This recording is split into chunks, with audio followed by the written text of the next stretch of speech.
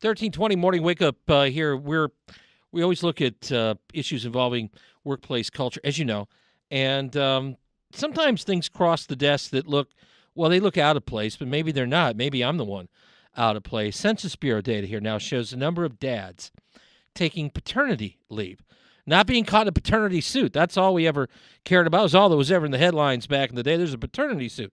No, taking paternity leave. Going to take time off from the job to be with the kids, to be with a new mom, has gone in 1994. That's basically nearly a generation ago, from $5,800 a month to $22,000 per month. That is not an insignificant number overall. This is from the American Journal of Public Health. I'm guessing that they're probably saying that this is overall a good thing. Is it does it make you more productive at work when you come back? Should employers have a policy for this? A lot of them do, especially if they're bigger companies. But I think a lot of them, smaller employers, might not, and maybe would look askance at this. Well, let's talk about it this morning with workplace culture specialist Jerry Acuff back on the show. Jerry, good morning. Hey, Dave, how are you? I'm doing good. The idea when I was born, or my sister being born, of my dad taking paternity leave of more than 24 hours would have been thought to be, unless there was a problem with the birth, anathema. It's not happening. The fine people at Standard Oil Company of California, fine people that they were, and my grandfather's vice president there would have said, John, get back to work immediately. We've got stuff to go to in meetings. Congrats on the baby. Here's a cigar. That's it. But now it's quite different, isn't it? Well, it's quite different based on how old you are. What's interesting is that if you are 18 to 29, 82% of that group says that fathers should have paternity leave. If you're over 65, only 55% of those people believe it. So I think there's, as you just mentioned, the traditional, thinking about, parents, fathers' places at work as much as you can possibly be. The truth is that the average dad takes a week off. The average mom takes 11 weeks off. And so the studies show that if the father is significantly more involved, it's actually really, really good. There's 196 countries, I think that actually have programs for this. We're one of 4 that does not have a federally mandated paid leave program for, mothers and fathers. Yep. And so I think it's coming. I think it's coming because the workforce is changing, number one. 40% of the workforce today is millennials, and millennials are, very headstrong about work-life balance, which they should be. Mm-hmm. And I think they'll bring this to the front. I think the ACLU will probably get involved. And I think the third thing is that, the family structure is not the same as it was when, you or I were born. Ding, ding. Far more families where, got two dads, 2 moms, and those issues have not been addressed, but they're significant. Those are significant. The idea of what we call family now is, in the last 2 generations, has changed dramatically in the U.S. I'm glad you mentioned Europe, because when I was over there last time meeting with colleagues who are also in journalism, and they asked me how many children I had. I said 4 kids, and at varying ages, and they're like, oh, wow, and the latest was born when? I told them, oh, so you enjoyed some nice time off for that? I said, no, but a couple of days.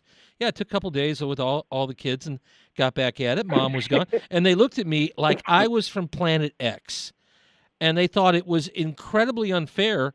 And not only did I say, well, I didn't necessarily think it was unfair, but it never had really occurred to me to take much more than that. Then I felt bad. I mean, I thought, what did I do wrong here? Well, I realized I didn't do anything wrong. But we're evolving and changing. I'm just trying to, recognize the environment as I pass through it. It's getting very different. How's it hurting or helping productivity overall? That's the question that small business owners want to know if they grant this. Yeah, and I think a lot of it depends on what kind of business you have, what kind of employees you have. If you have all part-time workers or lots of part-time workers, you have lots of hourly workers, there's a different dynamic. Mm-hmm. My company, I have 30 employees in my company.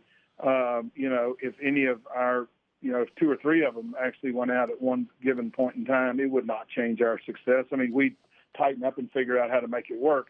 I don't think that's the big issue. The studies show that people stay longer in companies where this is offered. And I think that makes all the sense in the world, because fundamentally 90% of companies do not offer it.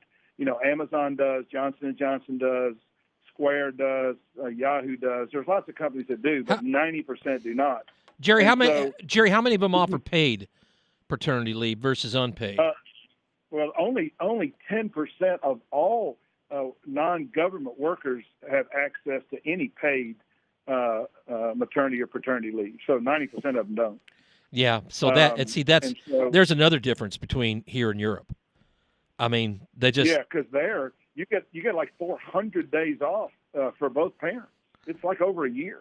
Yeah, I think in Denmark it's a lot. Sweden, It's a lot. I mean, and I don't even get me started when we got talking about vacation. I mean, they're like, so where do you go for a month? I'm like, to work.